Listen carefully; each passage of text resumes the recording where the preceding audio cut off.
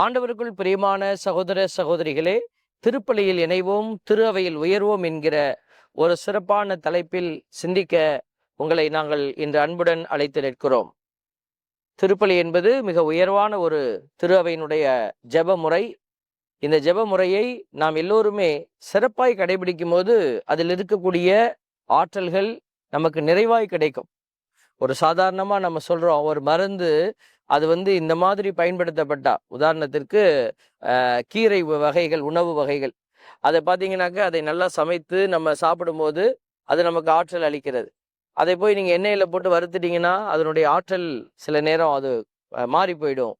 அதனால ஒரு ஒரு ஒரு மருந்து பொருளை எப்படி சமைத்து சாப்பிடுவது அப்படின்னு நமக்கு ஒரு தெரியுது, ஒரு ப்ராக்டிக்கலா நம்ம பார்க்கிற போது.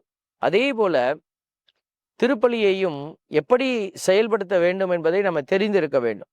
ஏதோ ஒரு போக்கிலே நம்ம திருப்பலியை ஒப்புக் கொடுப்பதல்ல, திருப்பலியை தகுந்த விதத்தில் ஒப்புக் கொடுத்து அதை தகுதியான ஒரு ஆசீர்வாதமாக மாற்றுகிற போது கண்டிப்பாக அந்த திருப்பலி நமக்கு கொடுக்கிற ஆசீர்வாதங்களும் கிருபைகளும் மிக பெரிதா இருக்கிறது. ஆகவே தான் இந்த திருப்பலியை குறித்து நாம சிந்தித்து கொண்டிருக்கிறோம். இது நாங்க மட்டும் பேசல, நிறைய குருக்கள், நிறைய அருள் தந்தையர்கள் இந்த திருப்பலியினுடைய உயர்வை பல இடத்துல பேசி இருக்கிறாங்க, உங்களோட பேசிக்கொண்டே இருக்கிறாங்க. நம்ம என்ன செய்யணும்னா அதை காது கொடுத்து கேட்டு நம்மை மாற்றத்திற்கு உட்படுத்த வேண்டும். இப்ப திருப்பலியினுடைய ஒவ்வொரு கட்டமாக இப்ப நற்கருணை அந்த வழிபாட்டுக்குள்ள நம்ம வந்திருக்கிறோம். போன எபிசோடுல நம்ம பேசினோம், நற்கருணை வழிபாட்டுல அந்த அப்பங்கள் ரசமெல்லாம் எப்படி காணிக்கை ஒப்பு கொடுக்கப்படுது அதெல்லாம் சொல்லிட்டு கடைசியா அந்த காணிக்கை மன்றாட்டுன்னு ஒண்ணு இருக்குது. சபை மன்றாட்டு நம்ம முதல்ல ஒன்று வாசிப்போம். அடுத்தது பார்த்தீங்கன்னா அந்த காணிக்கைகளை எல்லாம் ஒப்பு கொடுத்து, மக்களுடைய காணிக்கைகளையும் அவங்களுடைய ஜெப காணிக்கைகளையும் அதில் ஒப்பு கொடுத்து நம்ம என்ன செய்வோம், காணிக்கை மன்றாட்டுன்னு சொல்லி ஒன்றை வாசித்து குருவானவர் என்ன செய்யறாரு, அந்த பகுதியை நிறைவு செய்துட்டு அடுத்ததாக நற்கருணை மன்றாட்டுக்குள்ள நம்ம போறோம். இது ஆங்கிலத்துல ப்ரிஃபேஸ் அப்படின்னு சொல்லுவாங்க. இந்த ப்ரிஃபேஸ் என்று சொல்லக்கூடிய இந்த நற்கருணை மன்றாட்டு மிக முக்கியமான ஒரு பகுதியாக பார்க்கப்படுகிறது. ஒரு ஃபாதர் இந்த திருப்பலி விளக்கி சொல்லியிருக்கிறாங்க. ஃபாதர் பிரான்சிஸ் ஜே ஹோஃப்மேன் அப்படிங்கிறவர் ஒரு நூல் எழுதியிருக்கிறாரு. அந்த நூலில் ஜேசிடி அவர் சபையை சார்ந்தவர். அவர் பார்த்தீங்கன்னாக்க இந்த திருப்பலியினுடைய ஒவ்வொரு கட்டத்தையும் பிரித்து எழுதி வச்சிருக்கிறாரு. அதில் அந்த ப்ரிஃபேஸுங்கிற பகுதியை சொல்லுகிற போது அந்த தந்தை என்ன சொல்றாரு பாருங்க, now the great event of the mass is about to take place அப்படின்னு சொல்றாரு. இந்த கிரேட் இவெண்ட் முக்கியமான ஒரு பகுதி. இதுல என்ன ஒரு விஷயம்னா, நிறைய பேர் நினைச்சுக்கிறாங்க அந்த திருப்பலி அந்த வசீகரம் சொல்லுகிற அந்த இடத்துல தான் எல்லாமே நடக்குது அப்படின்னு. அதாவது ஒரு முழு பூசையிலுமே அந்த பரிசுத்தப்படுத்தக்கூடிய நிகழ்வுகள் ஆரம்பமாயிடுது. அதனால இந்த ஒரு இடத்துல தான் நமக்கு எல்லாமே நடக்குது அப்படின்னு நம்ம நினைக்க கூடாது. எல்லாமே ஆசீர்வாதமான அந்த புனிதப்படுத்தக்கூடிய நிகழ்வினுடைய அடையாளங்கள் தான். அதுல ஒரு முக்கியமான பகுதி அப்படின்னு பார்க்கிற போது இந்த நற்கருணை மன்றாட்டு, இதுதான் அந்த சிறப்பு பகுதிக்குள்ள வருது. அதை தான் அவர் மென்ஷன் பண்றாரு. Mass is about to take place, the miracle of the transubstantiation அப்படி சொல்றார். இந்த இடத்துல என்ன நடக்கிறது அப்படின்னா, அந்த டிரான்ஸ்சப்ஸ்டான்சியேஷன் இந்த ஆங்கிலத்தில் சொல்லக்கூடிய அந்த வார்த்தை எதை சொல்லுதுன்னா, இந்த அப்பமும் ரசமும் அப்படியே தான் இருக்கும். இந்த அப்பம் ரசம் மாறுறதில்லை. அது பார்த்தீங்கன்னாக்கா அது ஏதோ ஆண்டவருடைய திருவுடலா மாறுதுன்னொன்னே வேற மாதிரி மாறிடுமான்னா மாறவே மாறாது. நம்ம எல்லா பூசையிலையுமே அப்பம் அப்படியே தான் இருக்கும், ரசம் அப்படியே தான் இருக்கும்.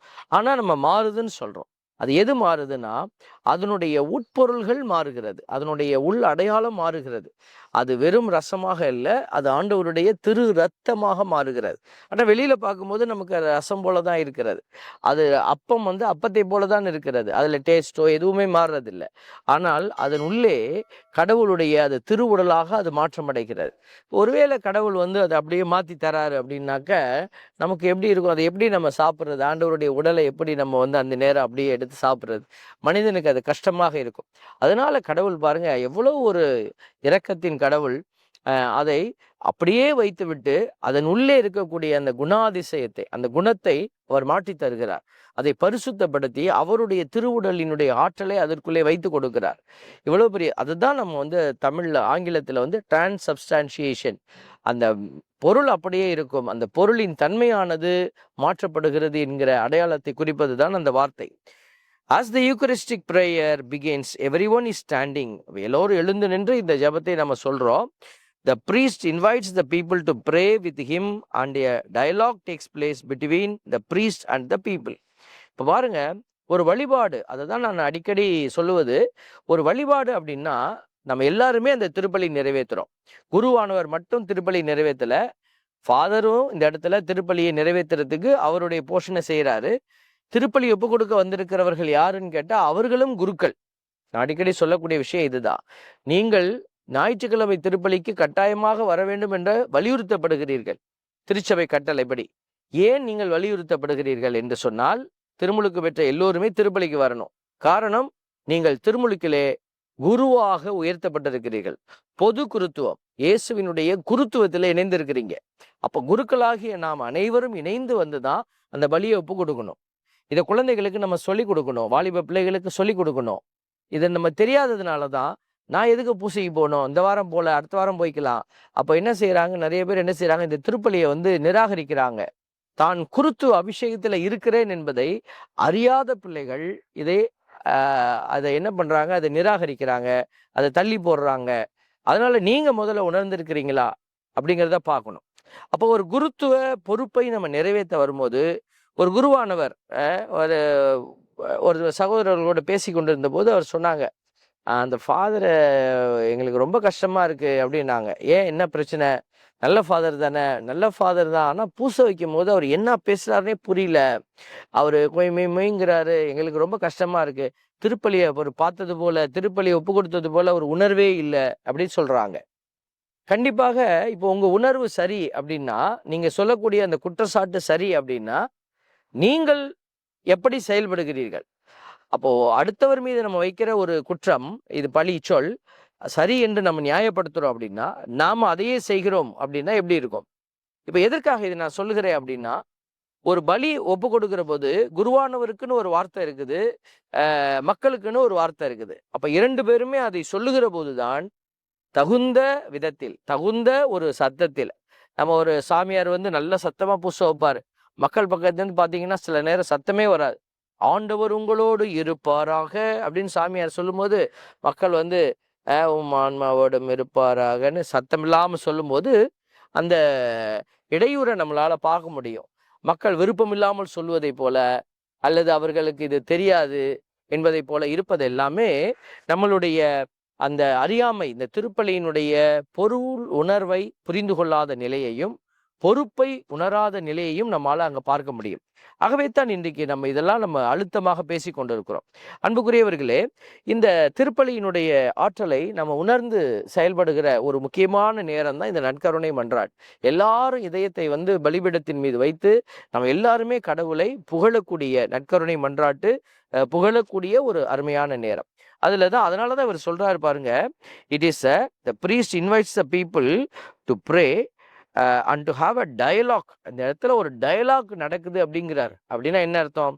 ஆண்டவர் உங்களோடு இருப்பாராகன்னு இவர் சொல்றாரு, உம் ஆன்மாவோடும் இருப்பாராக அப்படின்னு நீங்க எங்களை திருப்பி வாழ்த்துறீங்க, இதயங்களை மேலே எழுப்புங்கள் அப்படின்னு குருவானவர் சொல்றாரு.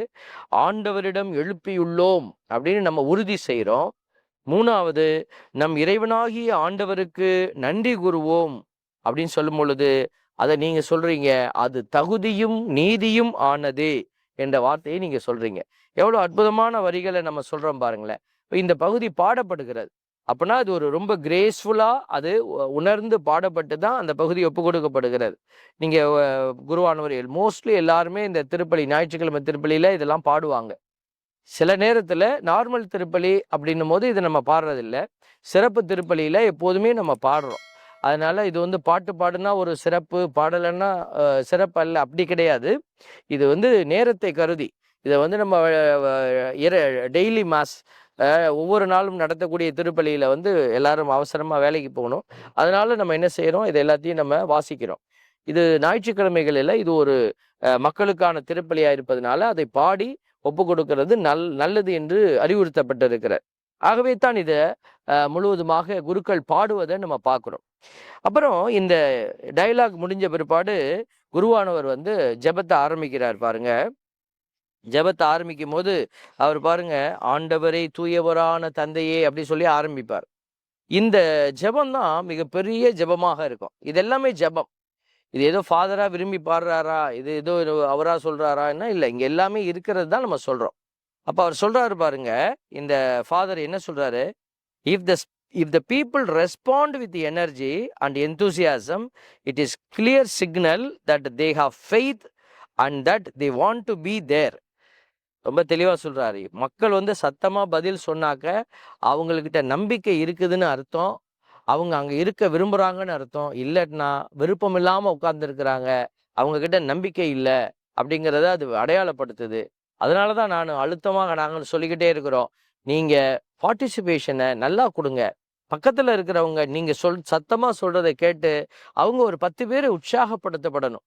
அவங்க வந்து அவங்களே அறியாம, ஐயோ பிரதர் வந்து இவ்வளோ சத்தமா சொல்லும் போது நம்ம கொஞ்சமாவது சத்தம், அந்த வெக்கத்தை விட்டுட்டு சொல்லுவாங்க. இப்போ நீங்க முணுமுணுன்னு சொல்றீங்கன்னா பக்கத்துல இருக்கிறவர் உங்களை விட மெதுவா சொல்லத்தான் முயற்சிப்பார். ஏன்னா அவர் சத்தம் மேலே கேட்டுடக்கூடாது அப்படின்னு சொல்லி வெக்கப்பட்டுக்கிட்டு கீழே போவாங்க. இப்போ நீங்களே அடுத்தவர்கள் வெட்கப்படுவதற்கு ஒரு காரணமாக இருந்துடக்கூடாது. அதனால முடிந்த அளவு நம்மால அதை சத்தமாக ஜெபிப்பது நல்லது அப்படிங்கிறத நம்ம பார்க்குறோம். Now begins the preface to the Eucharistic prayer. It is prayed by the priest alone. குருவானவர் மட்டும்தான் இதை ஜெபிக்கிறாரு, மக்கள் இதை ஜெபிக்கிறது இல்லை. ஏன்னா இது பெரிய ஜெபம், இது வந்து உங்களுக்கு தெரியாது. அதனால குருவானவர் ஜெபிக்கிறாரு. அந்த இடத்துல பாருங்க, it is the second longest prayer in the mass after the Eucharistic prayer and changes daily and by the season depending on the theme of the mass. இது என்ன சொல்றாரு அப்படின்னா, ஒவ்வொரு அந்த நற்கருணை மன்றாட்டும் ஒவ்வொரு நாளும் மாறிக்கிட்டே இருக்கும். இதுல நிறைய நற்கருணை மன்றாட்டு நமக்கு கொடுத்துருக்குறாங்க.